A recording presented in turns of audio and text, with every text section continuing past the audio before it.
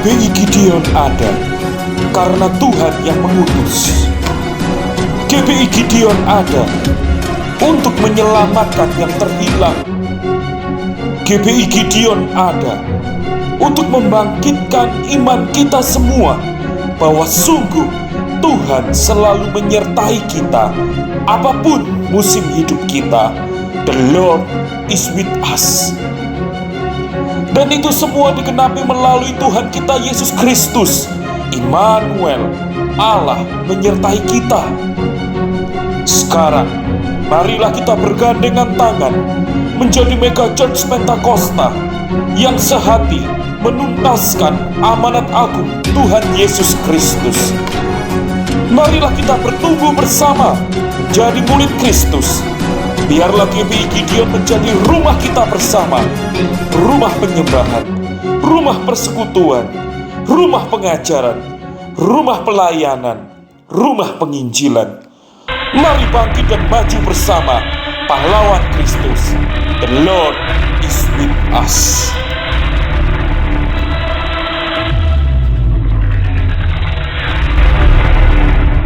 Boleh kita lambaikan tangannya yang siap memuji nama Tuhan. Saya mengundang kita semua untuk berdiri. Ada sukacita di dalam Tuhan. Amin.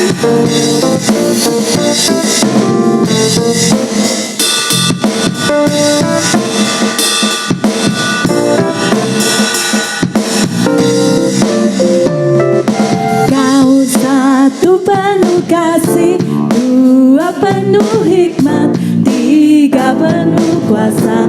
Kau mulia, kau ada waktu suka, ada waktu duka. Kau setia dan selalu bersamaku. Kau membuatku tersenyum, membuatku tertawa, membuatku bahagia. Yesus, kaulah sahabat, selalu hadir setiap saat. Hatiku bergembira bersamamu Yesusku. Kanan kiri ke depan, mari semua bergoyang, menari bergembira, sukacitaku dalam Kristus. Boleh dong kasih salam satu dengan yang lainnya. Ini keluarga di dalam Tuhan. Kau satu penuh kasih, dua penuh hikmat, tiga penuh kuasa. Kau mulia, kau ada waktu suka, ada waktu duka. Kau setia bersamaku selalu. Kau membuatku tersenyum, membuatku tertawa, membuatku bahagia. Yesus, kaulah sahabat, selalu hadir setiap saat. Hatiku bergembira bersamamu Yesusku. Kanan kiri ke depan, mari semua bergoyang, menari bergembira, sukacitaku dalam Kristus. Sahabat selalu hadir setiap saat. Hatiku bergembira bersamamu Yesusku. Kanan kiri ke depan, mari semua bergoyang, menari bergembira, sukacitaku dalam Kristus. Yesus, kaulah sahabat, selalu hadir setiap saat. Hatiku bergembira bersamamu Yesus. Kita bergembira bukan? Kanan kiri ke depan, mari semua bergoyang, menari bergembira, sukacitaku dalam. Sama-sama katakan, Yesus, kaulah sahabat, selalu hadir setiap saat. Hatiku bergembira bersamamu Yesusku. Kanan kiri ke depan, mari semua bergoyang, menari bergembira, sukacitaku dalam Yesus. Sukacitaku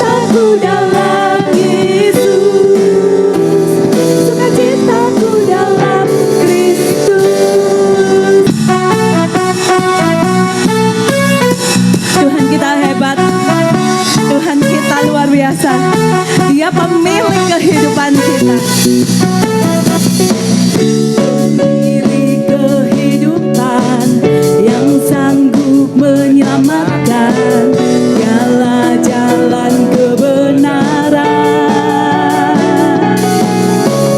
Kami rindukan kuasa lawatanmu,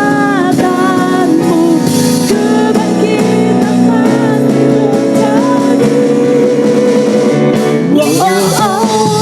Datanglah dan bertanda, kuat dan berkuasa, saat hati bersatu menaikkan pujian. Belenggu dipatahkan, mujizat dinyatakan. Great is our God. Musik memuji nama Tuhan kita.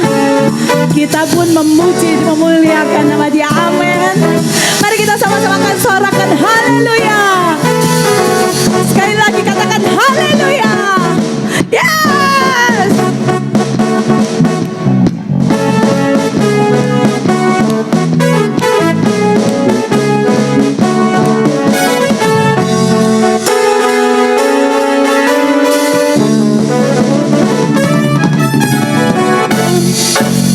Kami rindukan kuasa-Mu Tuhan.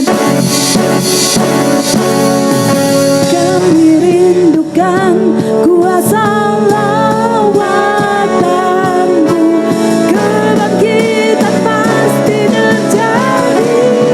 Sama-sama katakan, datanglah dan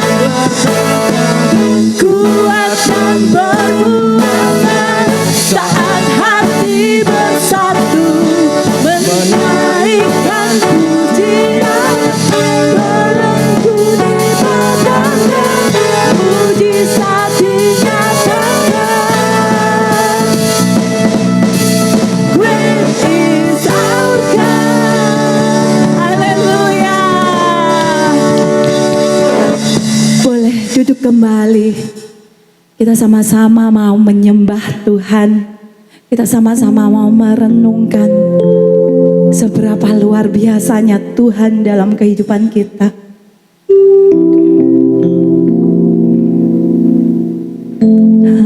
Haleluya.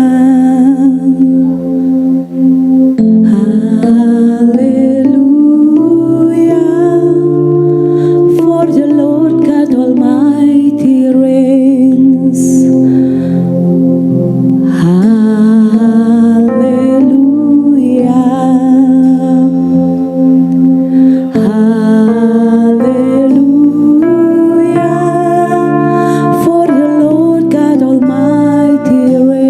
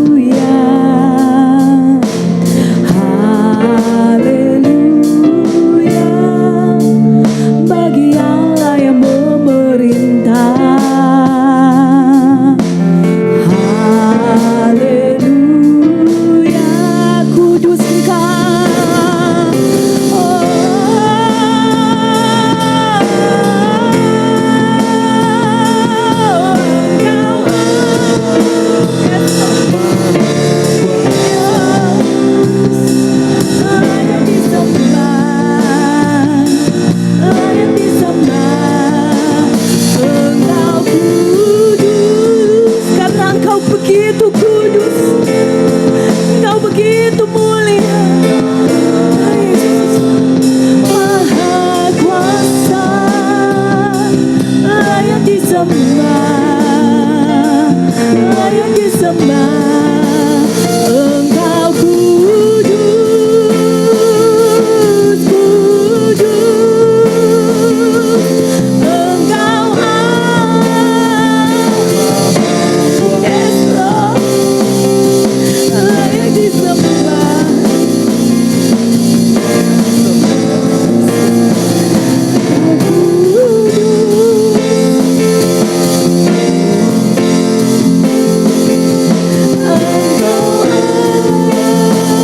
Maha Kuasa, layak disembah. Mari kita semua menyembah Tuhan. Engkau kudus, Engkau kudus. Engkau Maha Kuasa, layak disembah, layak disembah. Engkau kudus, kudus. Kudus,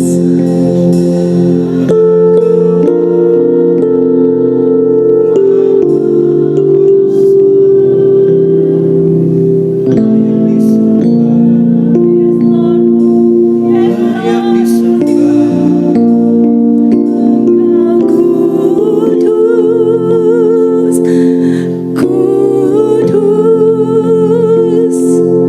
Engkau Allah, Maha Kuasa, layak disembah. Yes.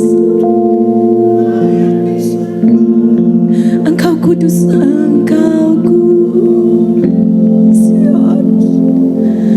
Kudus, Engkau. Syukurlah, makasih ketika syukurlah, layak disembah, Yesus.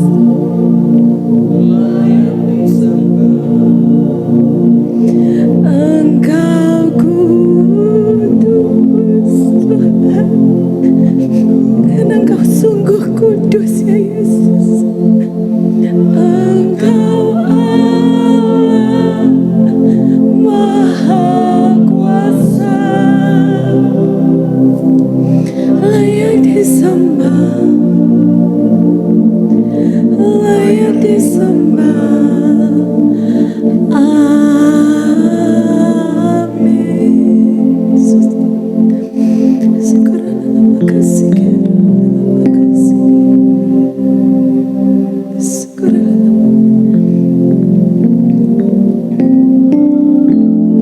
Yesus, dalam Kristus ku terimkan kemuliaan atas kemenanganku. Sungguh ku terpesona akan kekuatan dan kuasa-Mu. Yes. Oh, tak dapat ku mengukurnya, namun semuanya tak dapat melampaui anugerah-Mu yang ku terima dalam Yesus. Ku percaya ada kemuliaan di balik salib-Mu. Kan aku nyatakan kemenangan dari-Mu.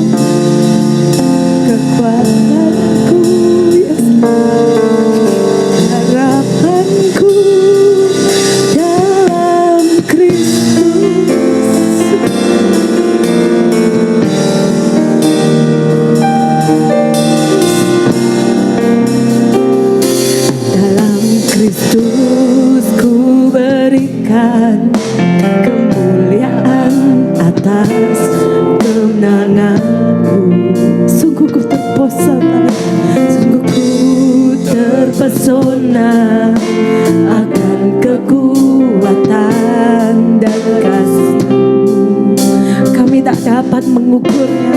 Oh, tak dapat ku mengukurnya, namun semuanya tak dapat melampaui anugerah-Mu yang ku terima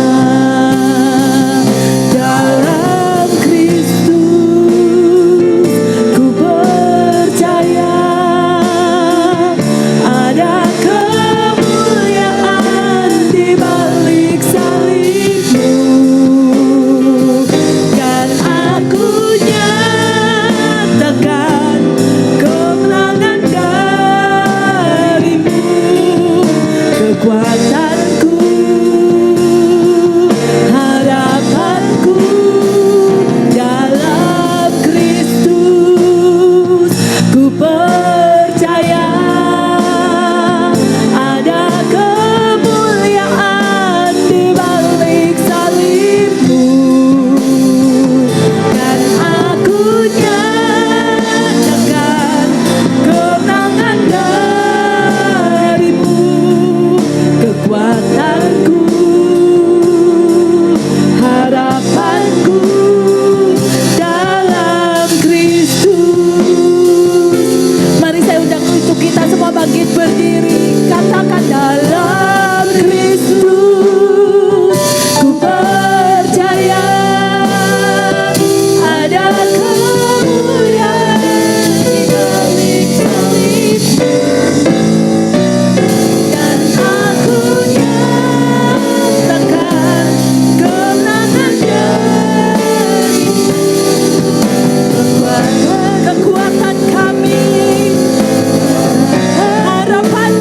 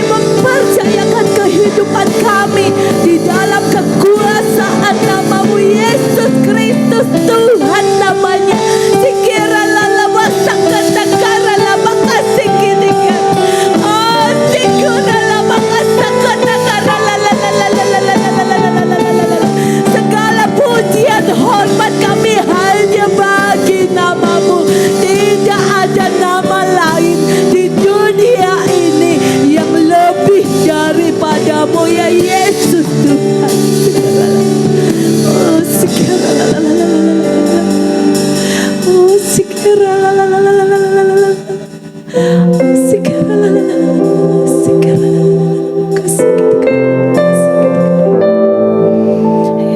Tuhan, hanya Engkau ya Yesus Tuhan, hanya Engkau. Yesus Tuhan, Yesus Tuhan.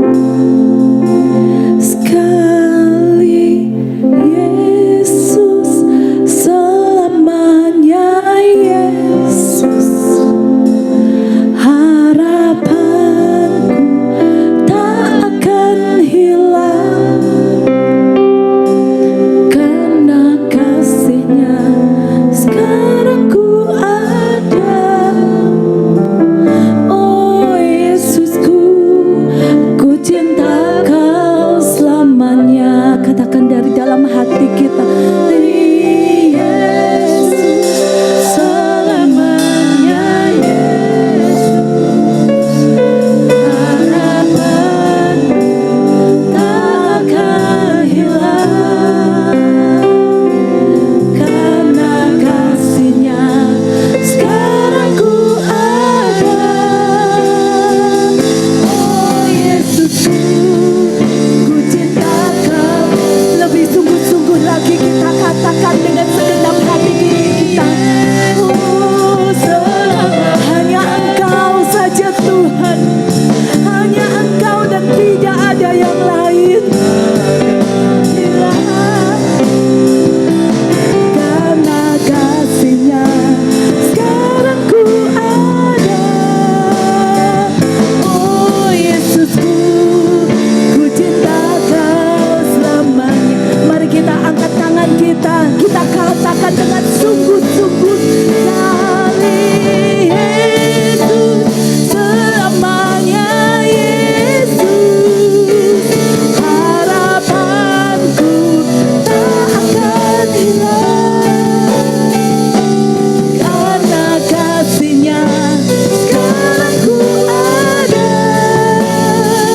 Oh Yesusku, ku cinta Kau selamanya. Hanya karena kasih-Mu Tuhan, sekarang ku ada.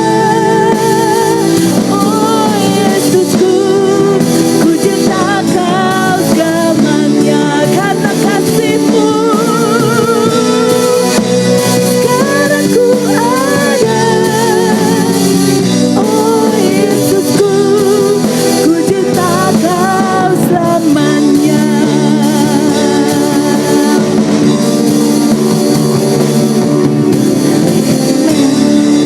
Hanya karena kasih Tuhan kami ada saat ini. Hanya karena kasih Tuhan kami bisa melangkah sampai sejauh ini. Dan hanya kasih Tuhan saja yang bisa membuat kami percaya akan masa depan kami, akan masa depan kehidupan kami, masa depan keluarga kami, masa depan pekerjaan kami. Hal yang kami nggak tahu, tetapi Tuhan tahu. Dan kami percaya kehidupan kami ada di dalam genggaman tangan Tuhan. Dan ketika kami ada dalam genggaman tangan Tuhan, tidak ada seorang pun juga yang dapat melepaskannya.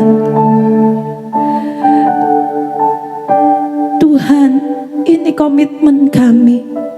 It's only You, it's only about You. Dan biarlah Tuhan menolong kami menjalani komitmen kami. Dan biarlah di dalam komitmen kami, kami mau merendahkan diri kami, membuka hati kami, telinga kami, pikiran kami untuk mendengar firman Tuhan. Dan biarlah kami boleh tunduk terhadap otoritas firman Tuhan. Biarlah Tuhan boleh berbicara kepada kami pribadi. Tuhan, nyatakan suara-Mu, kehendak-Mu, kerinduan-Mu terhadap kami pribadi, lepas pribadi. Tuhan, kami siap mendengarkan firman Tuhan. Di dalam nama Tuhan Yesus Kristus kami berdoa. Haleluya. Amin. Silakan duduk kembali Bapak Ibu Saudara sekalian. Haleluya, puji Tuhan. Siapa yang percaya bahwa Tuhan ada di tengah-tengah kita, boleh kita lambaikan tangan kita, boleh kita berikan tepuk tangan sorak-sorai yang meriah bagi Tuhan. Haleluya. Bersyukur kepada Tuhan kalau pada saat pagi siang hari ini kita diberi kesempatan untuk kita boleh sama-sama belajar merenungkan firman Tuhan, kita boleh beribadah, dan mari kita mau menangkap apa yang menjadi isi hati Tuhan bagi kita semua. Nah Bapak Ibu Saudara-saudari, kalau saya boleh sharing sedikit begitu ya, ini menjadi bulan yang sangat menggembirakan, yang sangat membuat saya excited begitu ya. Mengapa? Karena kalau 2 bulan yang lalu kita sudah membahas ya mengenai penyembahan, kita sudah melihat bagaimana firman Tuhan mengajarkan kepada kita perlu bersorak-sorai kepada Tuhan, kita perlu sujud menyembah kepada Tuhan, dan kita perlu ekspresi penyembahan itu sampai terdalam, itu sampai ke hati kita, untuk kita diubah oleh Tuhan.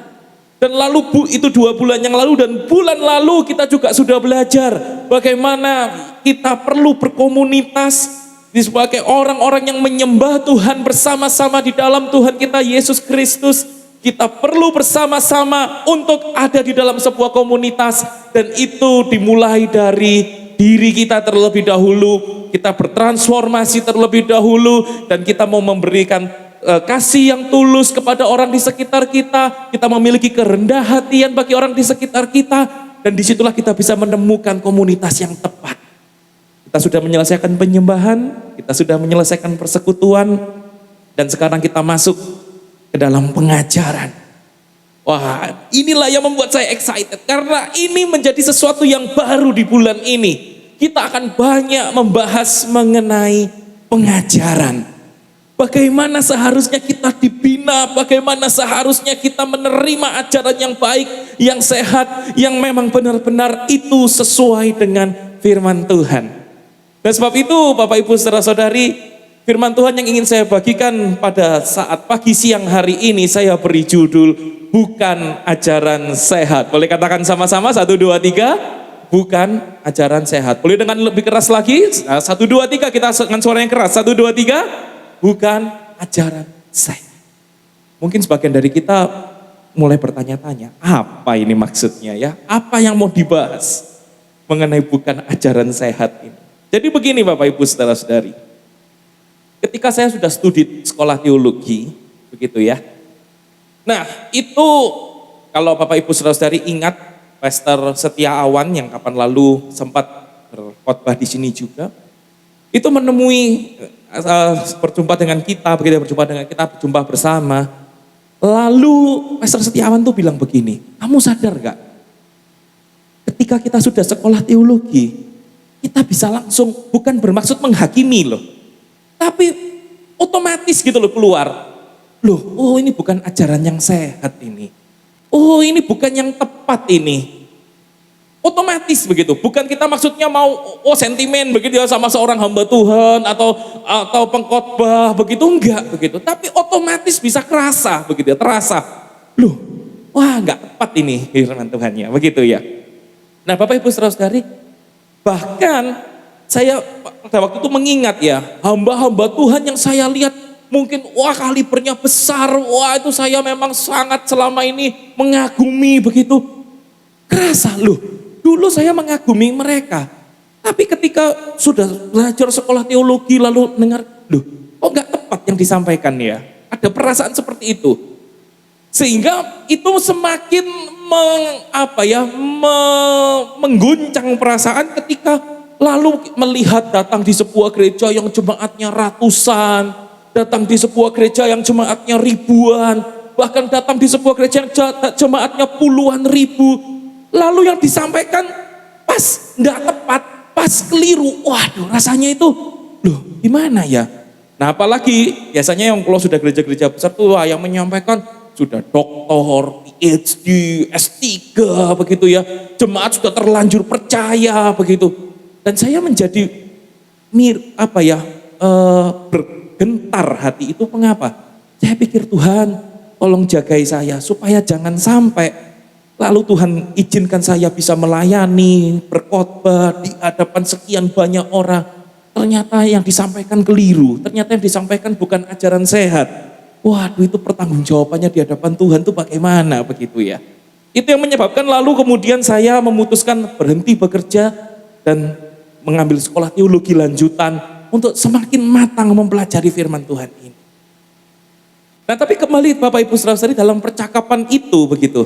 Lalu saya itu mulai berpikir, merenung begitu ya. Iya, tapi mengapa ya saya baru bisa mengerti, oh ini ajaran yang sehat, oh ini ajaran yang enggak sehat. Lah kok baru setelah sekolah teologi? Padahal saya dari sekolah minggu saya hidup di gereja. Ya pemuda remaja saya hidup di gereja. Kemudian selama bekerja pun saya hidup di lingkungan gereja. Tapi mengapa harus tunggu sekolah teologi dulu baru bisa mengerti, oh ini ajaran yang sehat dan ajaran yang enggak sehat.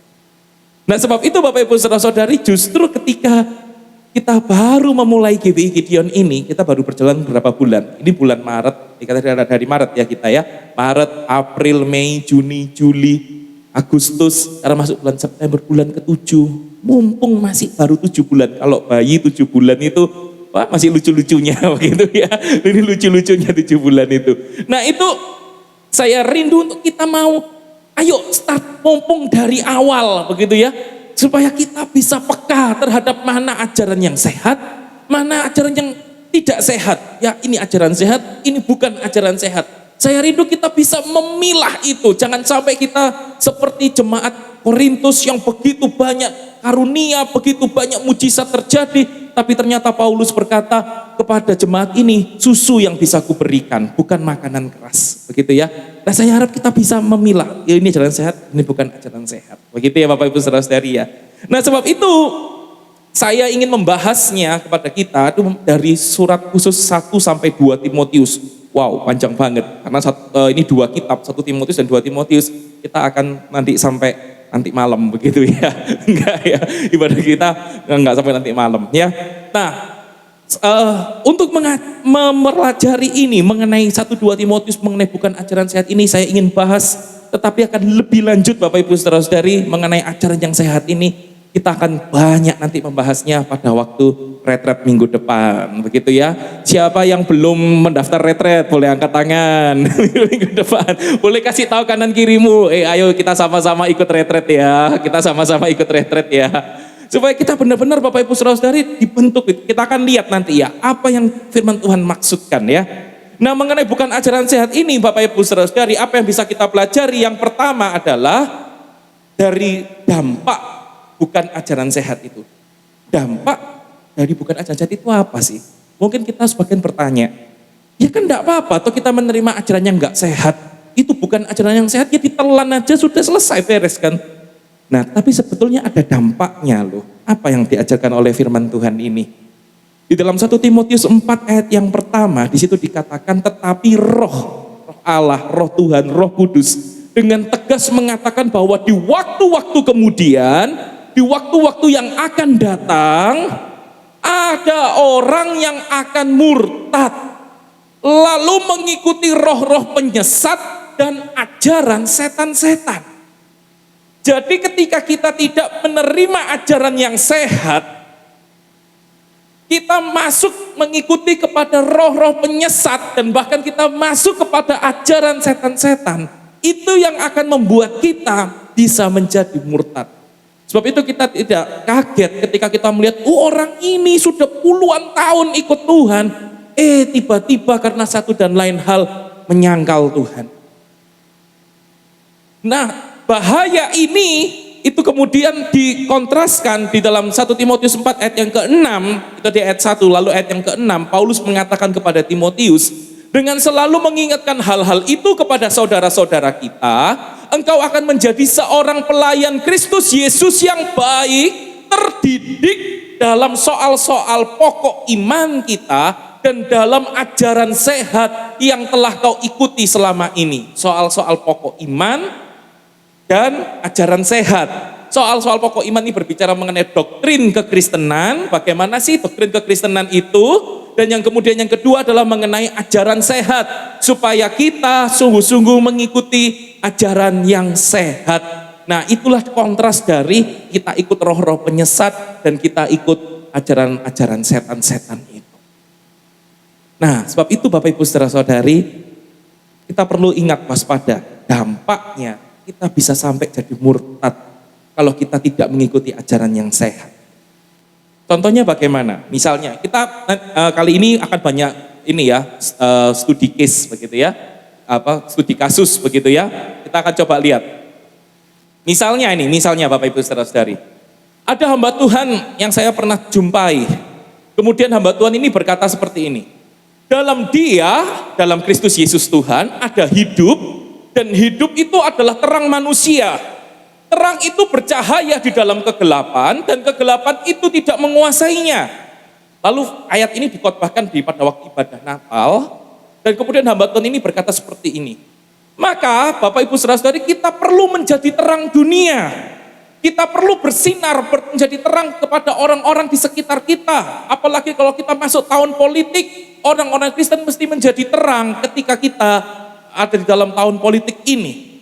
Menurut Bapak Ibu saudara-saudari, ketika Bapak Ibu saudara-saudari mendengar itu, apakah Bapak Ibu saudara-saudari merasa itu adalah hal yang benar? Bisa menangkap maksud saya? Ayatnya bunyinya seperti ini ya. Dalam Kristus Yesus ada hidup, dan hidup itu adalah terang manusia. Terang itu bercahaya di dalam kegelapan, dan kegelapan itu tidak menguasainya. Lalu hamba Tuhan menyampaikan firman Tuhan di Natal, dia menyampaikan pesannya adalah, maka kita perlu menjadi terang dunia untuk kita menjadi berkat bagi dunia. Boleh tanya kadang-kadang kirimu, menurutmu benar nggak itu kalau seperti itu? Boleh tanya nggak? Bisa nangkep Bapak Ibu? Bisa nangkep ya?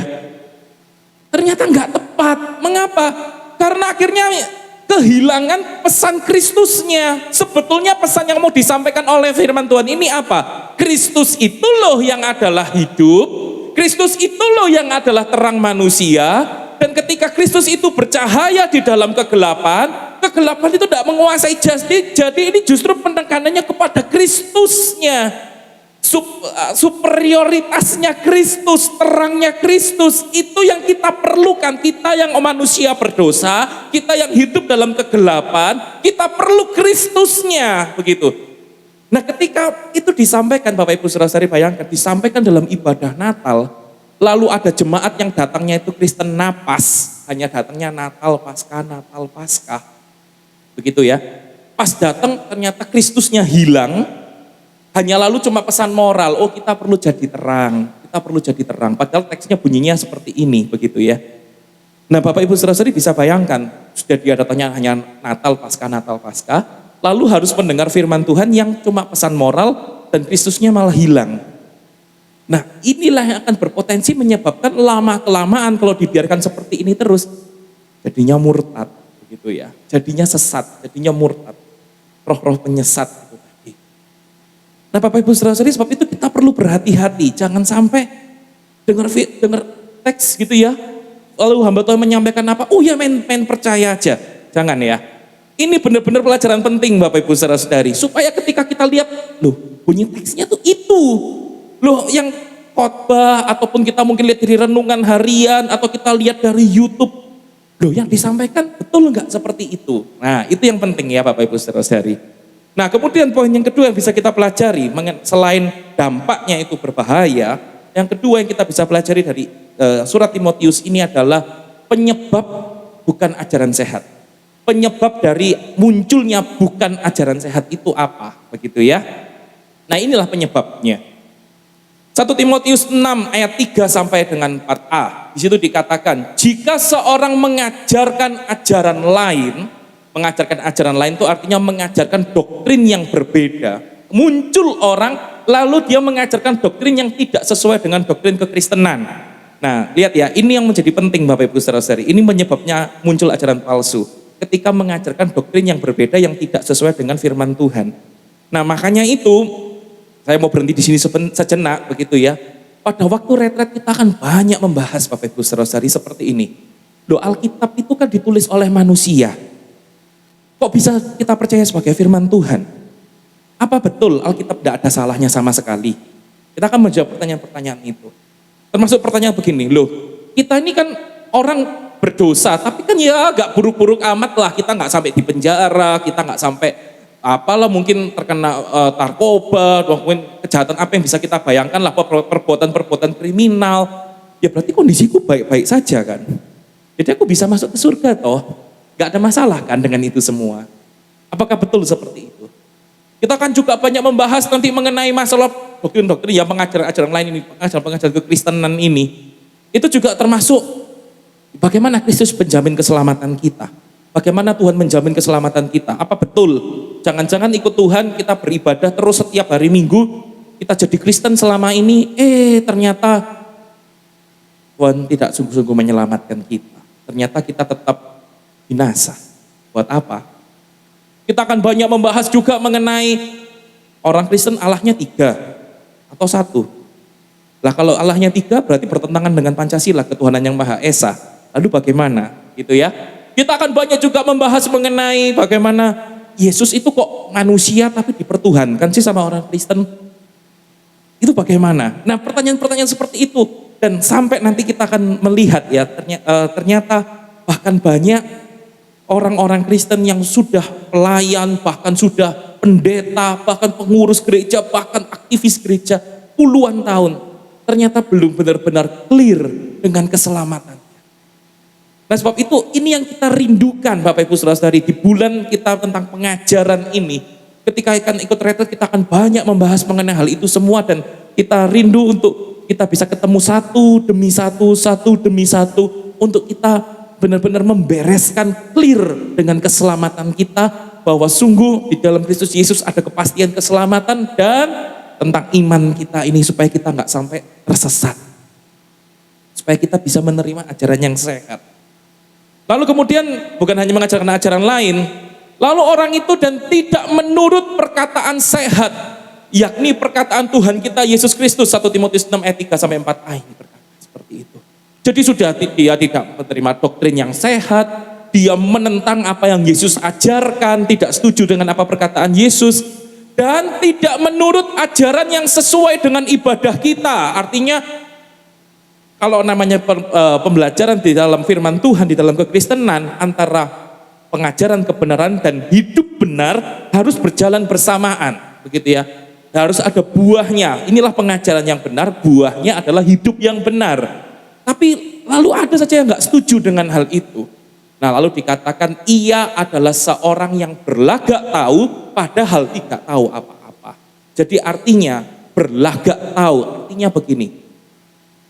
Guru-guru sesat, para pengajar-pengajar sesat itu tidak pernah dihasilkan dari ketidaksengajaan.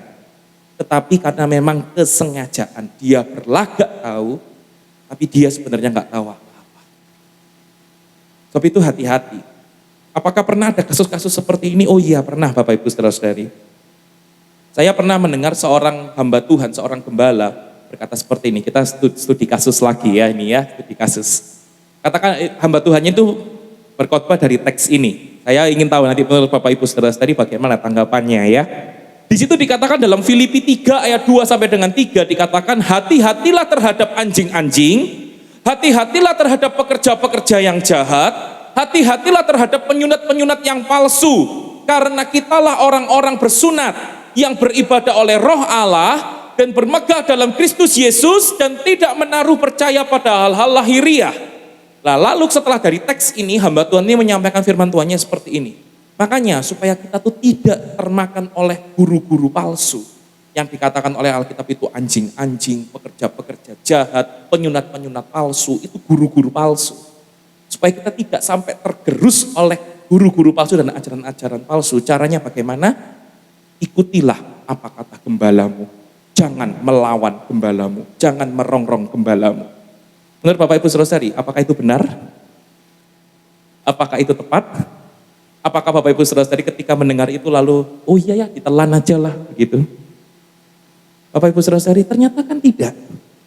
Ya, justru yang diajarkan di sini, caranya bagaimana kita bisa berhati-hati terhadap anjing-anjing, pekerja-pekerja jahat, berjahat, penyunat-penyunat palsu. Caranya bagaimana? Caranya adalah kita mesti bermegah dalam Kristus Yesus dan tidak menaruh percaya pada hal-hal lahiriah, pada hal-hal yang perbuatan-perbuatan kita yang sifatnya bersifat fisik itu. Tapi yang memang bermegahnya dalam Kristus. Nah, akan sangat disayangkan lalu kemudian gembala ini entah karena gila hormat, entah karena haus kekuasaan, entah karena apa, lalu ingin mengkultuskan dirinya sebagai gembala, lalu yang dikhotbahkan kepada jemaat, ikutilah apa kata gembalamu. Ya, jangan melawan gembala, jangan merongrong gembala. Padahal bunyi teksnya adalah bermegahlah dalam Kristus. Artinya apa? Kembalilah kepada Kristus. Kan begitu Bapak Ibu Saudara-saudari. Ya. Nah, ini kita harus hati-hati karena muncul guru-guru palsu, para penyesat palsu. Ingat di Timotius ini, surat Timotius munculnya di mana ya? Di antara jemaat itu yang dilayani oleh Timotius. Dan di antara kita pun itu bisa bermunculan. Sebab itu saya pribadi setelah saya sekolah teologi, saya kalau berkunjung begitu ya ke gereja-gereja pada saat waktu di luar kota kah atau bagaimana melewati hari Minggu, saya akan cari pembicaranya Bapak Ibu Saudara-saudari biasanya.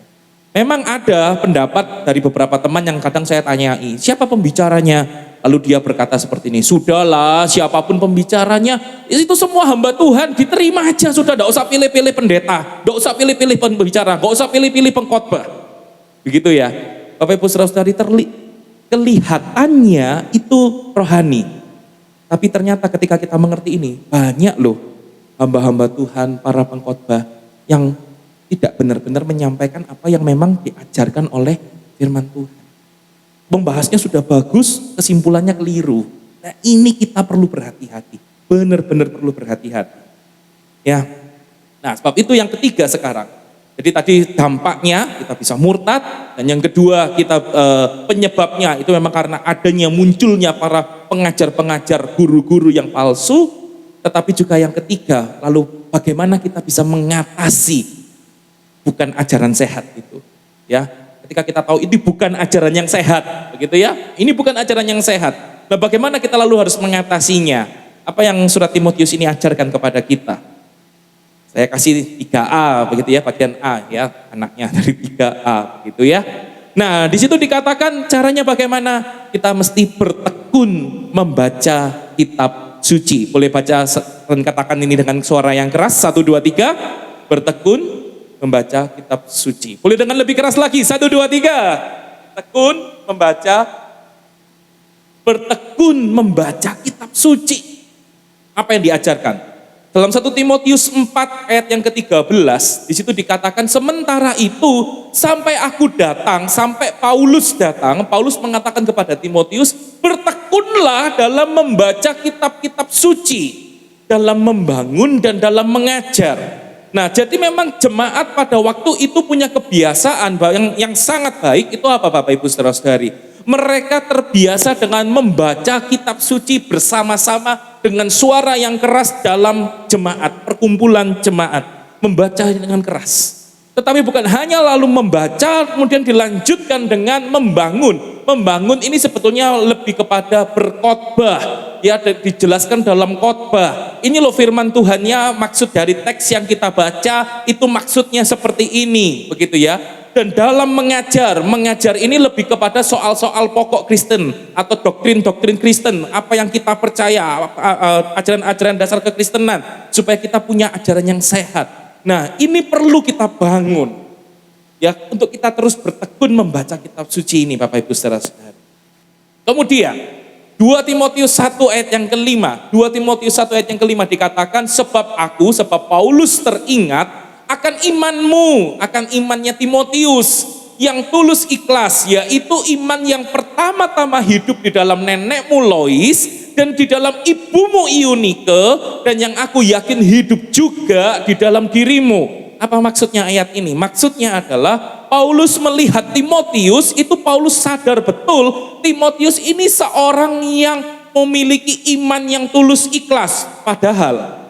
Padahal dia punya iman yang tulus ikhlas, padahal ayahnya itu bukan orang Yahudi, bukan orang percaya kepada Tuhan. Tetapi neneknya itu Lois, ibunya Eunike, itu orang Yahudi, orang percaya Tuhan. Nah Paulus itu terkagum. Kenapa? Loh, ayahmu ini bukan orang Yahudi, bukan orang percaya. Ibumu itu dan nenekmu itu orang Yahudi dan orang percaya. Kok bisa kamu itu jadi orang percaya? Sebab itu dia berkata, pertama-tama iman itu hidup di dalam neneknya, di dalam ibunya, sekarang ada juga di dalam Timotius. Dan ketika kita melihat teks ini, kita akan mengingat apa sih kebiasaan orang Yahudi yang diperintahkan oleh Tuhan. Dalam Ulangan 6 ayat yang ke-7, Ulangan 6 ayat yang ke-7, itu dikatakan seperti ini. Haruslah engkau mengajarkannya berulang-ulang kepada anak-anakmu, membicarakannya apabila engkau duduk di rumahmu, apabila engkau sedang dalam perjalanan, apabila engkau berbaring, apabila engkau bangun. Apa maksudnya? Artinya orang Yahudi itu memang diperintahkan oleh Tuhan, firman Tuhan itu harus diajarkan setiap waktu. Firman Tuhan itu diajarkan berulang-ulang kepada anak-anakmu. Bicarakan pada waktu duduk di rumah, pada waktu perjalanan, pada waktu berbaring, pada waktu bangun. Setiap waktu ajarkanlah. Ini yang terkenal dengan gerakan namanya gerakan D6, Bapak Ibu Saudara-saudari. Bahasa Inggrisnya Ulangan itu kan Deuteronomy ya, Deuteronomy 6, Ulangan itu. Deuteronomy 6, D6, gerakan ini adalah gerakan yang harus mengajarkan berulang-ulang. Mengapa? Karena terutama pada waktu kita lihat waktu pandemi, waktu COVID itu muncul, gereja semua harus tutup. Apa yang terjadi? Semua orang kelabakan. Mayoritas orang-orang Kristen kelabakan. Kita nggak bisa beribadah, kita nggak mengerti pertumbuhan iman kita harus dari mana. Artinya apa? Selama ini mereka hanya menggantungkan iman mereka kepada gereja. Tetapi ternyata di dalam keluarga mereka sendiri tidak ada pertumbuhan iman. Padahal seharusnya gereja terkecil, sel yang terkecil dari gereja, dari keluarga. Dari keluarga harus terbiasa untuk berulang-ulang mengajarkan kepada anak-anaknya. Membicarakannya berulang-ulang. Ya, duduk di rumah dan lain sebagainya sampai bangun, berbaring, tidur, berpergian, perjalanan, semua perlu terus diulang-ulang. Artinya membaca kitab suci secara tekun itu perlu kita lakukan, Bapak Ibu Saudara-saudari. Untuk kita bisa mengatasi bukan ajaran sehat itu, ya. Studi case, ya, studi kasus. Misalnya ini Bapak Ibu Saudara-saudari ya, saya pernah menemukan ada seorang hamba Tuhan lalu berkata seperti ini. Yohanes 20 ayat 22 ini berkata, dan sesudah berkata demikian, Tuhan Yesus mengembusi para murid itu, para rasul itu, dan berkata, terimalah Roh Kudus. Selesai ya, lalu hamba Tuhan ini berkata seperti ini. Jadi kita lihat, ternyata untuk menerima Roh Kudus itu cukup dengan keheningan. Kita tidak perlu berkata-kata dalam bahasa roh. Kita tidak perlu mengalami lawatan Roh Kudus yang manifestasinya yang seperti apa. Cukup dalam keheningan. That's all, selesai. Lalu kemudian kalau mereka ada ibadah doa lah, dalam ibadah minggu, oh tidak boleh ada doa penyembahan. Tidak boleh ada yang berbahasa roh. Semuanya diam karena menerima Roh Kudus cukup dalam keheningan. Tidak perlu. Apakah menurut Bapak Ibu Saudara-saudari tepat dan benar? Pengajaran seperti ini. Bapak Ibu Saudara-saudari, kalau kita bertekun membaca kitab suci, kita akan bilang begini, tunggu dulu. Ini film baru episode pertama, belum tamat, kamu sudah kasih kesimpulan di akhir. Kenapa? Karena kisah ini kan berlanjut. Di kisah Rasul itu ada berlanjut bagaimana yang namanya ketika Roh Kudus itu datang, mereka semua berkata-kata dalam bahasa-bahasa lain.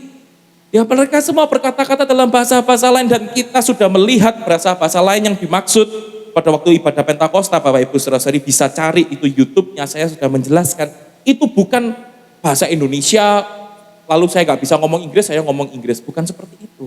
Mereka seperti memang Paulus katakan, siapa yang berkata-kata dalam bahasa lidah, itu mengucapkan bahasa-bahasa yang rahasia. Mereka mengucapkan hal-hal yang rahasia. Tetapi pada waktu kisah Rasul 2 terjadi mujizat pendengaran. Mereka mendengar dalam bahasa Arab, mereka mendengar dalam bahasa yang lain-lain sesuai dengan mereka. Dan itu terbukti bagi mujizat itu ternyata nggak semua terjadi. Karena bagi mereka yang tidak menerima mujizat itu, mereka menyangka, oh para rasul ini sedang mabuk, murid-murid Tuhan ini sedang mabuk. Jam berapa siang tengah bolong kok mereka ini mabuk, ngomong gak jelas, begitu ya. Nah jadi itu sesuatu yang memang terjadi, artinya ini baru episode 1, episode 2 di Yohanes 20 ayat 22 ini. Lah kenapa kok sudah langsung ambil kesimpulan gitu ya. Dia tunggu nanti gitu ya, waktu kisah rasul kita akan baca begitu. Bagaimana karya Roh Kudus menyertai kehidupan gereja, Tuhan menyertai para rasul.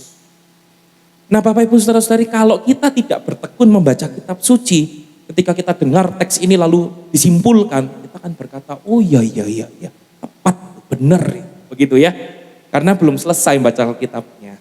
Tapi itulah pentingnya kita perlu bertekun, terus bertekun, artinya kita tahu, tunggu dulu, cerita kelanjutannya nggak berhenti sampai situ, lanjutkan terus ceritanya, pembacaannya, begitu ya Bapak Ibu ya. Nah, itulah yang cara yang pertama untuk kita bisa mengatasi, kita bisa tahu, oh ini loh bukan ajaran sehat, oh inilah ajaran sehat, itu ya. Nah yang kedua, sebelum itu saya ingin bagian kepada kita, ini yang penting Bapak Ibu Saudara-saudari ya. Mengapa kita penting bertekun membaca kitab suci? Karena kita sadar enggak? Siapa sih orang pertama yang menerima Alkitab? Ya, penerima kitabnya itu mula-mula. Kalau surat Timotius, siapa yang menerima? Ya Timotiusnya itu. Ya kan? Penerima kitabnya mula-mula itu yang pertama. Lalu ada orang kedua, siapa orang kedua? Penerjemah. Oh dari bahasa Ibrani, bahasa Yunani diterjemahkan ke dalam bahasa kita. Bahasa Inggris kah, bahasa Indonesia kah, dan lain sebagainya. Sehingga kita menerima Alkitab. Lalu ada orang ketiga, siapa? Penafsir. Oh dari Alkitab yang sudah diterjemahkan, mereka menafsirkan. Alkitab itu bunyinya gini. Dari penafsir lalu muncul lagi apa? Orang keempat siapa? Pengkhotbah. Yang mungkin seperti saya dan seperti para pengkhotbah lainnya. Ini yang mengkhotbahkan. Ketika berkhotbah, ya meneliti dengan bantuan dari para penafsir, dengan bantuan dari para penerjemah, berusaha ini mengkhotbahkan. Baru yang kelima itu kita itu adalah kita ini semua. Bapak Ibu Saudara-saudari sadar enggak? Kalau kita jadi orang kelima, hanya mengandalkan khotbah orang kelima, betapa besarnya kemungkinan untuk menjadi bias berita firman. Tangkap enggak? Kalau kita hanya nunggu ke gereja, nunggu para pengkhotbah baru kita terima, lalu kita mungkin buka YouTube, nunggu para pengkhotbah kita lihat dari YouTube baru kita terima firman, kita tuh jadi orang yang kelima. Artinya kemungkinan untuk menjadi bias berita itu semakin besar. Nah sebab itu Bapak Ibu Saudara-saudari sangat penting untuk kita bertekun membaca Alkitab. Setidaknya kita bisa paling tidak kita masih menjadi orang yang kedua atau orang yang ketiga. Setelah dari penerjemah, kalau kita bisa bahasa asli, lebih bagus bahasa asli kita baca. Tapi kalau tidak bisa pun kita mengandalkan penerjemah, oke lah. Tapi kita baca, kita paling tidak masih menjadi orang yang kedua. Nah, ini kalau Bapak Ibu Saudara lihat, ini gambar surat cinta begitu ya. Ini gambar surat cinta. Itu saya ingat salah seorang dosen saya itu pernah berkata seperti ini.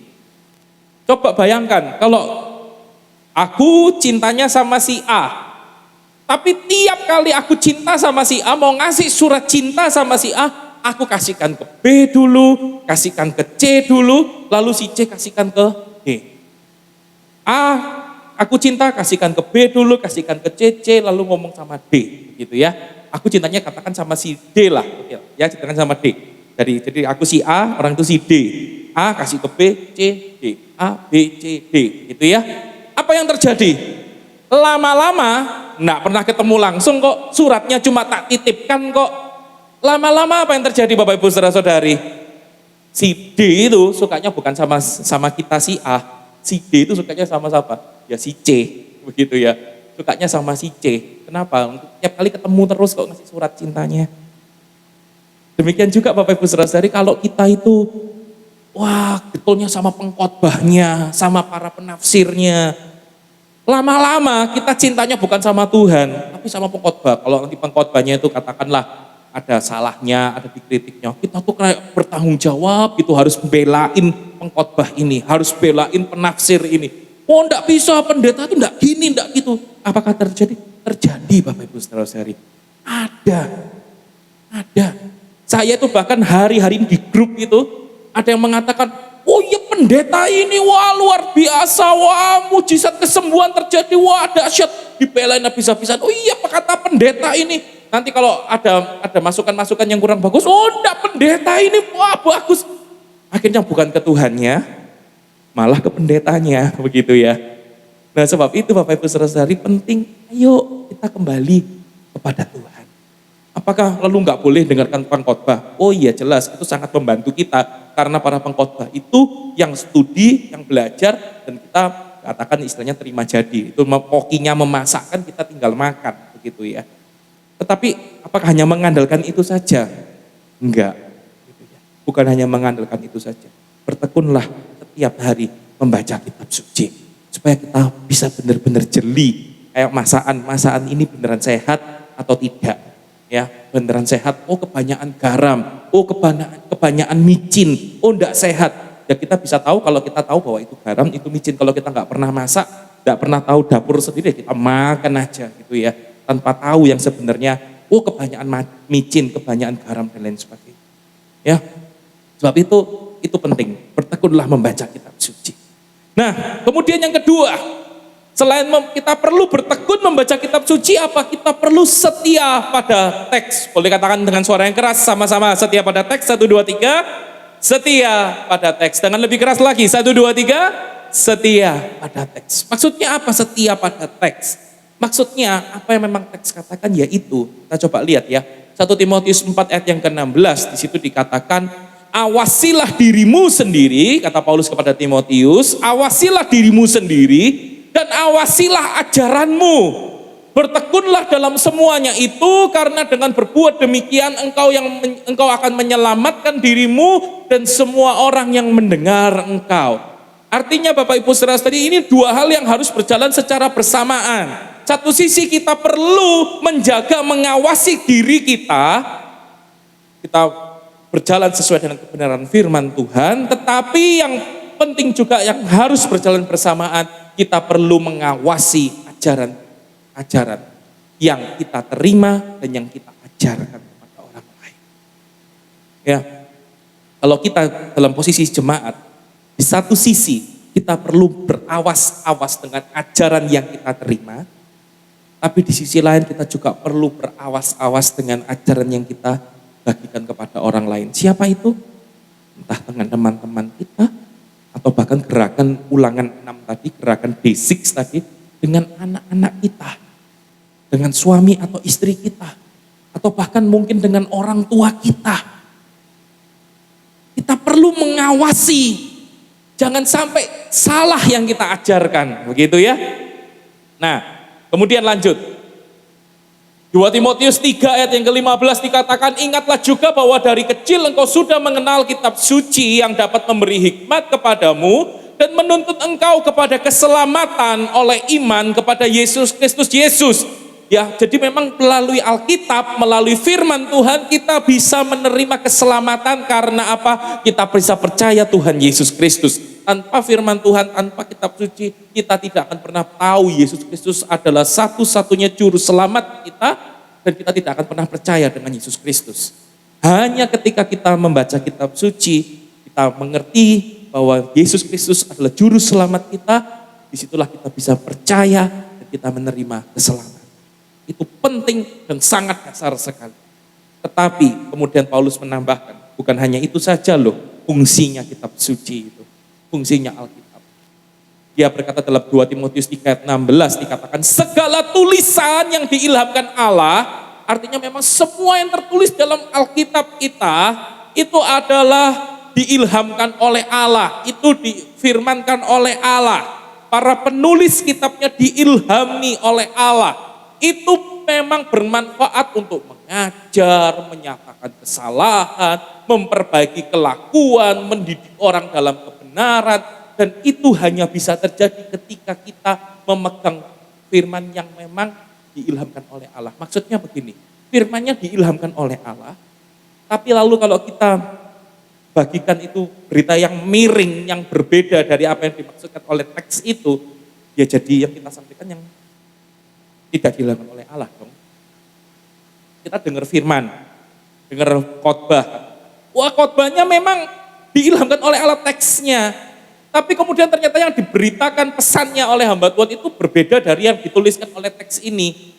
Ya jadi yang disampaikan jadi yang tidak diilhamkan oleh Allah. Nah ini yang perlu kita mawas diri hati-hati. Kita perlu setia pada teks itu. Dan dikatakan dengan demikian dalam 2 Timotius 3 ayat 17. Dengan demikian tiap-tiap manusia kepunyaan Allah diperlengkapi untuk setiap perbuatan baik. Artinya setiap perbuatan baik. Artinya begitu banyak manfaatnya. Perbuatan baik apa yang bisa kita sebutkan. Semuanya itu ya itu adalah pimpinan dari Alkitab, pimpinan dari firman. Jadi artinya begitu banyak manfaatnya. Dan itu semua bisa kita nikmati hanya ketika kita setia pada apa yang memang firman diilhamkan oleh Allah ngomongnya seperti itu. Ya itu yang berita kita terima, berita itu yang kita tangkap, bukan berita yang lain-lain. Ya. Nah hanya ketika itu kita bisa memperoleh, menikmati semua manfaat dari firman Tuhan yang ada. Dan ini yang penting, 2 Timotius 4 ayat yang kedua. 2 Timotius 4 ayat yang kedua. Dikatakan, beritakanlah firman, siap sedialah, baik atau tidak baik waktunya, nyatakanlah apa yang salah, tegurlah dan nasihatilah dengan segala kesabaran dan pengajaran. Nah kata beritakanlah firman dalam bahasa Inggrisnya itu preach the word. Ada kata the word. Artinya beritakanlah firman itu. Maksudnya apa? Bukan firman yang lain-lain, ya firman yang memang itu yang Alkitab tulis, yang teks firman Tuhan tulis, yang ditulis di dalam teks Alkitab, ya itu yang kamu beritakan, jangan yang lain-lain lagi. Gitu ya. Kita perlu setia pada teks Alkitab ngomongnya apa, ya itu yang perlu kita sampaikan. Itu yang perlu kita terima. Ya, yang perlu kita terima dan yang perlu kita juga ajarkan baik kepada anak-anak kita, kepada teman-teman kita, kepada orang tua kita, kepada siapapun orang yang kita temui. Nah Bapak Ibu Saudara-saudari, sebab itu ini saya masuk ke studi kasus lagi ya. Jadi bagaimana, selalu mungkin Bapak Ibu Saudara-saudari bertanya, oke lah cara praktisnya bagaimana supaya kita bisa setia pada teks, supaya kita tahu oh ini bukan ajaran sehat, oh ini ajaran sehat. Bagaimana caranya, praktisnya? Ya tentu kalau kita belajar ilmu menafsirkan Alkitab itu akan membutuhkan 1 semester sampai 2 semester, bahkan 2 semester sendiri gitu ya di sekolah teologi. Ini akan saya bagikan versi ringkasnya, setidaknya ini semoga bisa membantu kita semua. Yang pertama Bapak Ibu Saudara-saudari, kita perlu mengamati. Katakan sama-sama mengamati, 1, 2, 3. Dengan lebih keras, 1, 2, 3. Mengamati. Artinya apa? Ketika kita mendengar penjabaran firman Tuhan, penjelasan firman Tuhan, atau bahkan ketika kita membaca renungan harian kita setiap harinya, kita perlu mengamati. Maksudnya apa? Ketika teks bilangnya itu A, ya kita harus terima bahwa memang yang dibilang oleh teks itu memang A. Kita memang harus terima bahwa memang teks mengatakan A, jangan yang lain-lain. Itu yang perlu kita amati dulu. Tadi misalnya, media boleh tolong bantu? Di next dulu. Ya. Oke, ya terima kasih. Nah ini ya, ini tadi ya, Filipi 3 ayat 2-3 tadi contohnya ya. Hati-hatilah terhadap anjing-anjing, hati-hatilah terhadap pekerja-pekerja yang jahat, hati-hatilah terhadap penyunat-penyunat yang palsu, karena kitalah orang-orang bersunat yang beribadah oleh Roh Allah dan bermegah dalam Kristus Yesus dan tidak menaruh percaya pada hal-hal lahiriah. Jelas bermegahnya dalam Kristus Yesus. Teks bilangnya A, teks bilangnya bermegah dalam Kristus Yesus. Ya gak perlu diganti-ganti. Oh diganti deh, bermegahlah dalam gembalamu. Ya, wah ikutilah arahan gembalamu. Jangan melawan gembala, gak perlu gitu. Teks bilangnya dalam Kristus Yesus, ya dalam Kristus Yesus. Ya terimalah dalam Kristus Yesus. Selesai. Gitu ya, that's all. Itu mengamati. Yang kedua, selain mengamati Bapak Ibu Saudara-saudari, kita perlu yang kedua mengartikan. Boleh katakan ini dengan suara yang keras, mengartikan. 1, 2, 3. Mengartikan. Maksudnya apa mengartikan? Maksudnya begini, teks bilang A, kita mesti cari tahu artinya A itu menurut penulisnya apa. Begitu ya. Teksnya bilang A, kita mesti cari tahu A itu menurut penulisnya apa. Karena bisa berbeda-beda. Contoh misalnya seperti ini. Kita tahu kan mengenai keselamatan soal iman. Ya, sebagian akan berkata seperti ini, oh tidak bisa. Ya, yang namanya kita diselamatkan itu hanya oleh iman, bukan oleh perbuatan. Karena Rasul Paulus berkata dalam kitab Roma, kita diselamatkan hanya oleh iman, bukan oleh perbuatan. Lalu di sisi yang lain berkata, tidak bisa.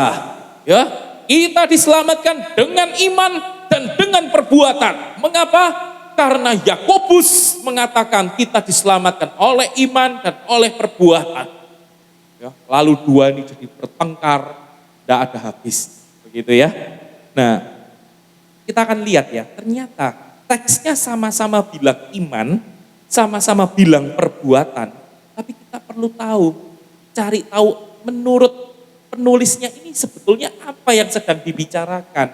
Ya, coba misalnya ya, Roma 3 ayat 27 sampai dengan 28. Ini Paulus bilang di surat Roma, jika demikian, apakah dasarnya untuk bermegah? Tidak ada. Berdasarkan apa? Berdasarkan perbuatan?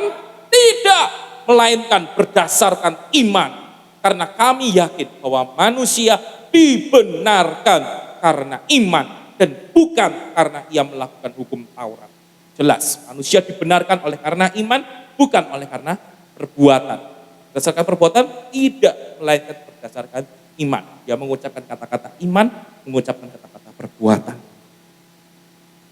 Yakobus 2 ayat 17. Ini sekarang Yakobus ya. Yakobus bilangnya apa? Demikian juga halnya dengan iman. Jika iman itu tidak disertai perbuatan, maka iman itu pada hakikatnya adalah mati. Jadi kita harus pakai iman dan pakai perbuatan. Nah, lalu bagaimana? Ini tadi ternyata sama-sama bilang iman, sama-sama bilang perbuatan. Ternyata keduanya memiliki maksud yang berbeda. Maksudnya apa? Kalau Roma, Paulus itu sedang membahas mengenai bagaimana kita dibenarkan. Kok bisa tahu sih Paulus sedang membahas itu? Ya tadi, bacalah, bertekunlah, membaca kitab suci. Ya dibaca gitu ya. Ya kita baca, ini Paulus sedang ngomongin apa gitu ya. Ya kita baca, ya baca aja gitu ya. Dibaca. Yang Paulus sedang sampaikan itu mengenai kita itu dibenarkan. Itu karena iman dan bukan karena perbuatan. Nah, lalu kalau Yakobus ngomongnya apa? Dibaca. Yakobus itu tidak sedang membahas mengenai bagaimana kita dibenarkan. Tapi Yakobus itu sedang mengatakan, kamu orang beriman. Ya, kalau kamu ngomong orang beriman, ya tunjukkan, buktikan imanmu itu melalui perbuatanmu itu. Kalau ada orang yang minta tolong, ya jangan cuma, oh ya Tuhan akan tolong, pergilah dengan selamat, selesai. Enggak, tapi kamu ngomong kamu orang beriman. Ya buktikan, ada yang minta tolong, ini aku tolongin, aku punya jubah kah, aku punya baju hangat kah, ini aku kasih ke kamu supaya kamu gak kedinginan dalam perjalanan. Begitu, atau mungkin membutuhkan tumpangan, yuk masuk.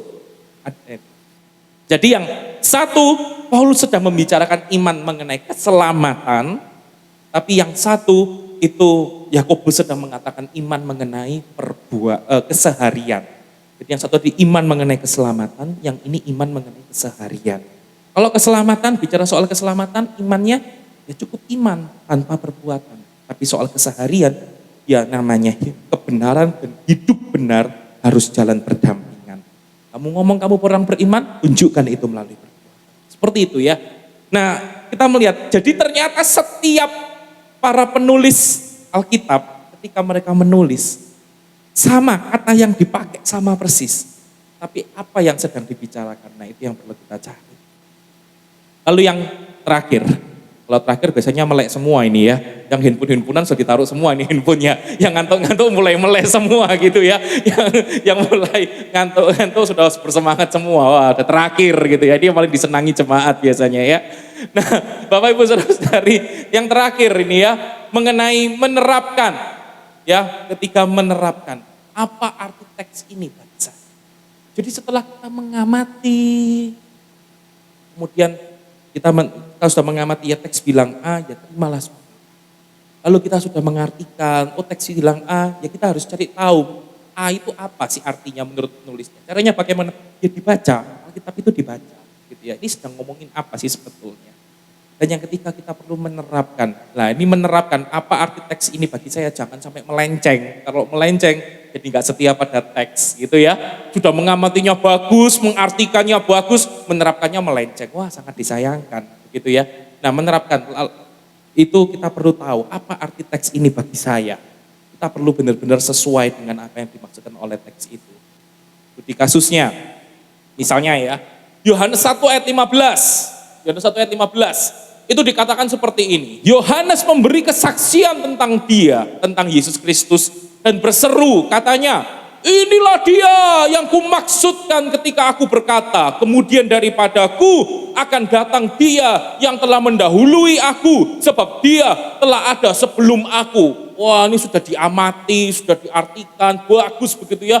Wah itu ya, jadi yang penting itu bukan apa yang menyaksikan, bukan saksinya, tetapi apa yang disaksikan. Jadi Yohanes sebagai saksinya tidak penting. Begitu muncul, Yohanes cuma memberikan ini loh kesaksianku. Jadi yang lebih penting beritanya yang disaksikan. Yang disaksikan apa? Ada Yesus Kristus.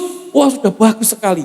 Begitu masuk ke penerapan tadi, bagaimana menerapkan? Lalu disampaikan dalam firman Tuhan oleh hamba Tuhan yang saya dengar pada waktu itu adalah, makanya jadi saksi Tuhan kita harus jujur. Jadi saksi Tuhan kita harus berintegritas. Melenceng ya. Kita nggak dapat kekayaan dari teks ini. Justru seharusnya apa penerapannya? Penerapannya adalah kita semakin mantap iman kita diteguhkan, percaya kepada Yesus Kristus. Kenapa? Karena itu bahkan ada saksi matanya. Saksinya siapa? Yohanes sendiri. Yohanes yang menyaksikan tentang Kristus Yesus Tuhan. Inilah yang aku maksudkan, kemudian daripadaku akan datang dia yang telah mendahului aku, sebab dia telah ada sebelum aku. Jadi kita sadar, Yesus Kristus Tuhan memang sudah ada sejak kekekalan. Yohanes boleh jadi rasul, menjadi murid Tuhan yang besar. Tetapi yang namanya Yesus ini jauh lebih besar daripada Yohanes. Maka iman kita semakin mantap kepada Tuhan Yesus Kristus. Seharusnya itulah penerapan yang bisa kita terapkan. Sehingga dalam langkah hidup kita boleh ada pergumulan, boleh ada tantangan, kita nggak ragu ikut Tuhan Yesus. Karena kita tahu Yesus sudah ada sebelum Yohanes ada. Dia jauh lebih besar daripada Yohanes. Sekalipun Yohanes itu begitu besar waktunya. Tapi Yesus jauh lebih besar dan kita semakin mantap percaya Yesus. Itu yang perlu kita tangkap, Bapak Ibu Saudara-saudara.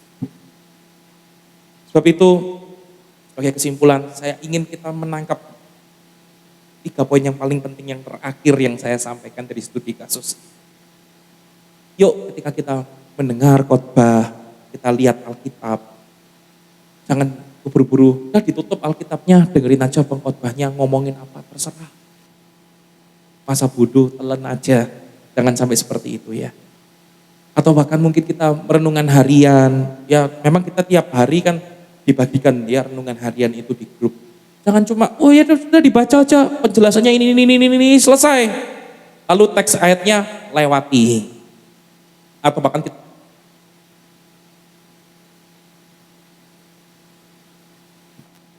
oke. Mungkin kita mendengarkan khotbah di YouTube begitu ya. Lalu ya sudah pokoknya dengarkanlah khotbahnya apa. Wah kesaksiannya bagus banget. Iya. Terima kasih. Iya.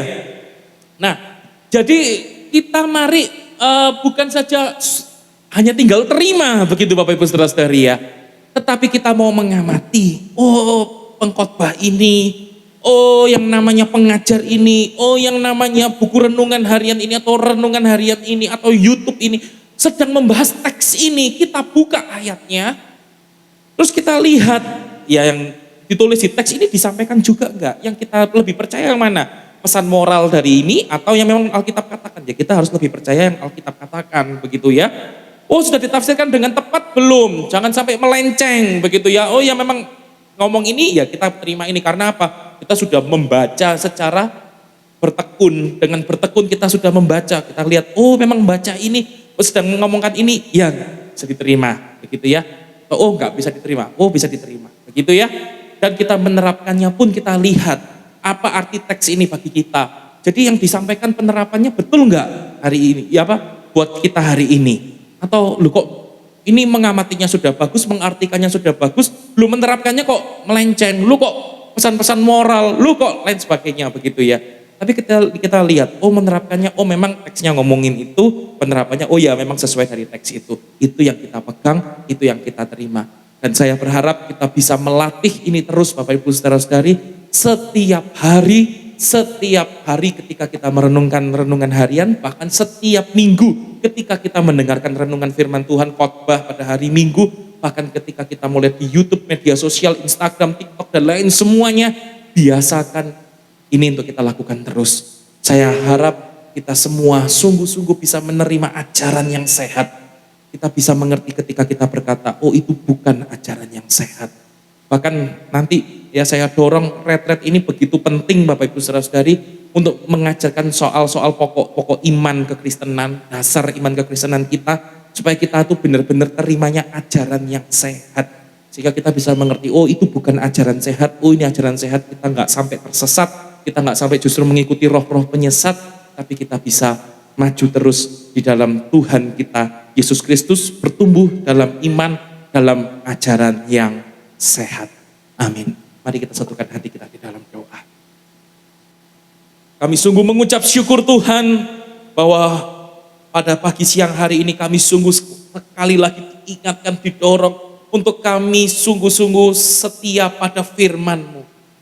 Tuhan tolonglah kami untuk kami sungguh bisa melihat mana yang bukan ajaran sehat dan mana yang ajaran sehat. Supaya kami tidak mudah terpukau dengan pengkhotbah besar kah, wah, sudah disampaikan dalam ibadah minggu kah, dan menelan menerima begitu saja, tapi tanpa sadar ternyata kami tersesat. Tapi Tuhan tolonglah kami supaya kami sungguh kembali kepada firman-Mu. Kami sungguh mau kembali melihat apa yang firman-Mu sampaikan. Bukan berita bias yang kami terima, tapi kami mengujinya kembali. Supaya sungguh berita firman itu yang kami terima dan kami memegang ajaran yang sehat. Bapak, hambamu berdoa biarlah Kau membantu jemaat-Mu ini. Ketika GBI Gideon boleh berjalan 7 bulan ini. Supaya sungguh di hadapan-Mu yang Maha Kudus. Jemaat-Mu tidak ada yang terlalu sibuk melihat figur gembala kah, figur sinode kah, figur gereja lokal kah. Tapi sungguh Tuhan, biarlah Kau menolong jemaat-Mu, membantu jemaat-Mu yang mereka lihat adalah Kristus. Dan firman-Mu yang terus menuntun kehidupan mereka. Dari keselamatan sampai kepada setiap hari kehidupan mereka dituntun oleh firman Tuhan, oleh ajaran yang sehat.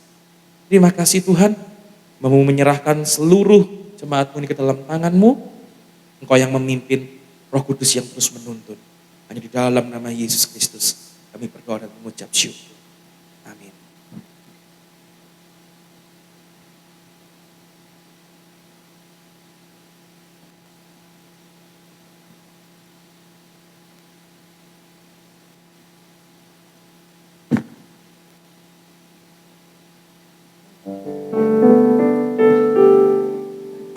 Oke, Bapak Ibu, saya sudah minta izin kepada Bapak Isai. Saya sangat terberkati oleh firman Tuhan hari ini dan saya memiliki contoh yang mungkin bisa saya bagikan kepada Bapak Ibu sekalian. Boleh kita, kalau saya tanya boleh dibantu jawab ya. Siapa yang sudah pernah mendengar firman cerita Alkitab tentang 5 roti dan 2 ikan? Boleh angkat tangannya. 5 roti dan 2 ikan. Oke, semua sudah pernah dengar ya. Saya mau tanya lagi pertanyaan berikutnya. Ada berapa makanan yang disebutkan di dalam Alkitab ketika itu? 10 roti, 11 ikan. Iya Bu Susan, 5 roti dan 2 ikan. Cerita Alkitab itu menceritakan tentang mukjizat apa? Tuhan Yesus memperbanyak jumlah 5 roti 2 ikan itu, dan itu cukup untuk 5.000 orang, bahkan sisa 12 bakul. Betul ya? Itu cerita firman Tuhan. Suatu ketika saya datang ke sebuah gereja, pendetanya adalah lulusan sekolah Alkitab. Ketika menceritakan cerita ini, dia mengatakan bahwa yang terjadi saat itu adalah orang-orang itu menutup diri, tidak mau membagikan makanan yang mereka bawa. Jadi mereka sebenarnya semua itu bawa makanan, tapi mereka nggak mau berbagi, tidak mau berbagi. Kemudian satu anak kecil datang membawa 5 roti dan 2 ikan. Didoakan oleh Tuhan Yesus. Orang banyak itu merasa malu. Kok aku nggak mau berbagi? Akhirnya mereka mulai mengeluarkan bekalnya masing-masing dan dibagi-bagikan, dan makanan itu cukup untuk semua dan menjadi sisa. Tuhan tetap melakukan mujizat menurut Bapak Pendeta ini. Mujizatnya adalah mujizat membuka hati, perubahan hati. Kesimpulan firman Tuhannya adalah, jadi Bapak Ibu Saudara, kita harus mau berbagi. Hal ini disampaikan di atas mimbar dan itu didengar oleh ratusan jemaat. Dan tidak ada seorang pun yang merasa itu tidak sesuai dengan Alkitab yang kita baca. Makanya firman Tuhan hari ini penting sekali.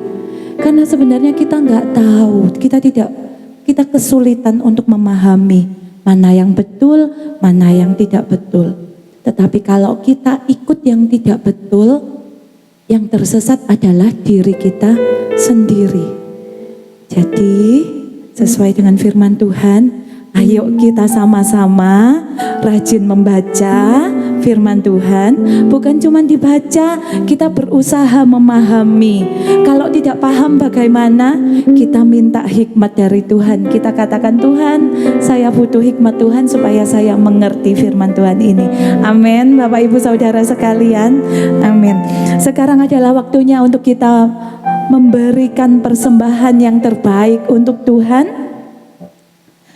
Kita berdoa kembali ya. Tuhan Yesus Kristus, selama ini berkat jasmani sudah kami terima, berkat rohani juga sudah kami terima. Firman Tuhan pun sudah kami dengarkan. Tuhan, bantu kami untuk kami melangkah di dalam firman-Mu, dan bantu kami untuk kami rela ketika kami memberi. Karena kami memberi bukan untuk meminta lebih dari Tuhan, tetapi ketika kami memberi ini adalah karena kami sudah mendapatkan yang terbaik dari Tuhan. Terima kasih Tuhan, kami siap untuk memberi yang terbaik bagi kemuliaan nama-Mu. Hanya di dalam nama Tuhan Yesus saja kami berdoa. Haleluya, amin.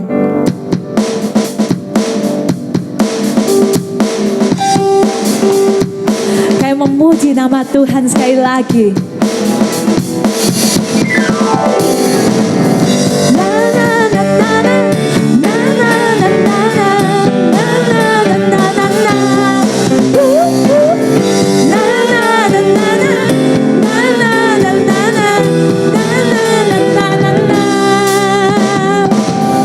Haleluya, ku memuji-Mu Tuhan, karena kasih-Mu tak berkesudahan. Biar yang bernafas memuji Sang Raja, di mana? Di atas gunung dan di bawah samudra. Tanganku angkat padamu, mensyukuri rahmat yang Kau beri. Kakiku mengumpat bagimu, sebab rahmat-Mu baru setiap pagi. Mari semuanya bangkit berdiri, katakan syukurlah kepada Tuhan, sebab Dia baik, sebab Dia baik.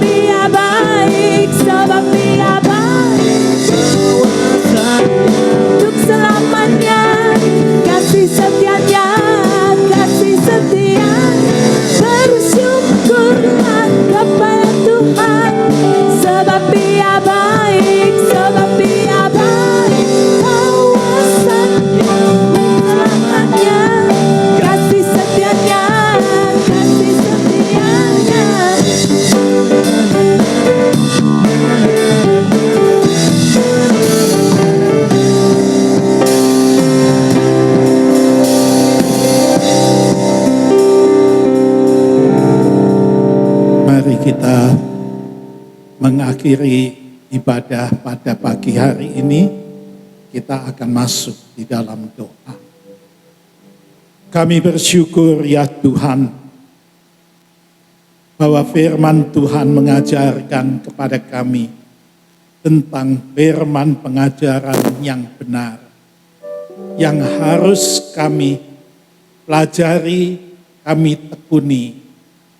Di tengah semaraknya pengajaran sesat, pengajaran yang menyimpang, Tuhan, Engkau akan peliharakan jemaat Tuhan khususnya di tempat ini, untuk tetap dapat membedakan mana yang benar, pengajaran mana yang benar, pengajaran mana yang tidak benar, bahkan yang menyesatkan. Tuhan, supaya jangan sampai kami runtuh iman kami dan menyangkal Tuhan karena mengikuti pengajaran yang tidak benar atau bahkan pengajaran yang sesat. Sebaliknya Tuhan, ketika Tuhan di dalam Roh-Mu yang kudus menolong kami, memimpin kami untuk dapat menyimak kebenaran daripada firman Allah, maka firman itu akan meneguhkan iman percaya kami kepada Tuhan. Dan makin dikokoh kuatkan iman itu Tuhan. Dan melalui pengajaran firman yang benar, membawa kami untuk mengenal pribadi Kristus secara benar. Firman Tuhan akan mengajar kami mengenal Tuhan yang penuh kuasa dan yang mengasihi kami semuanya. Dan firman Tuhan yang benar akan membawa kami, menuntun kami, meninggalkan manusia lama yang tidak berkenan kepada Tuhan, untuk diciptakan menjadi manusia baru yang taat setia, hidup di dalam kebenaran dan kesucian Tuhan. Tuhan, kiranya Roh Kudus akan memeliharakan jemaat Tuhan yang sudah mendengar firman Tuhan pagi hari ini, supaya kami dibawa untuk hidup makin berkenan di hadapan Tuhan dan berlayak dan menyukakan hati Tuhan. Nama Tuhan diagung muliakan di dalam seluruh langkah hidup kami. Terima kasih Tuhan, terima kasih. Terima kasih Tuhan, Engkau sudah berkenan hadir di tengah-tengah umat-Mu yang beribadah kepada Tuhan pagi ini. Tuhan sudah memakai hamba-hamba-Mu yang memimpin puji-pujian, pemain musik, juga pelayan-pelayan pendukung lainnya, utama hamba-Mu yang sudah menyampaikan firman Tuhan. Kiranya urapan Roh Allah menyertai hamba-hamba-Mu semuanya, dan memakai mereka ke depan menjadi hamba-hamba Tuhan yang makin setia di dalam pelayanan, makin tekun melayani Tuhan. Nama Tuhan diagung muliakan di dalam seluruh hidup mereka yang rata-rata masih muda belia ini ya Tuhan. Tuhan berkati mereka semuanya. Terima kasih Tuhan. Kini Tuhan, tiba saatnya kami mohonkan berkat Tuhan atas sidang jemaat Tuhan semuanya. Saudara-saudara yang dikasihi oleh Tuhan Yesus, pulanglah dengan membawa berkat, kasih anugerah daripada Bapa yang di surga. Membawa pulang keselamatan, sukacita dan damai sejahtera yang ada di dalam Kristus Yesus. Dan kiranya persekutuan di dalam Roh Kudus menyertai kita semuanya. Mulai saat ini sampai Maranatha, Tuhan Yesus datang kedua kali. Terpujilah Bapa, Putra dan Roh Kudus. Di dalam nama Yesus Kristus kami naikkan doa dan syukur kami. Amin. Sekian, selamat pulang, Tuhan memberkati.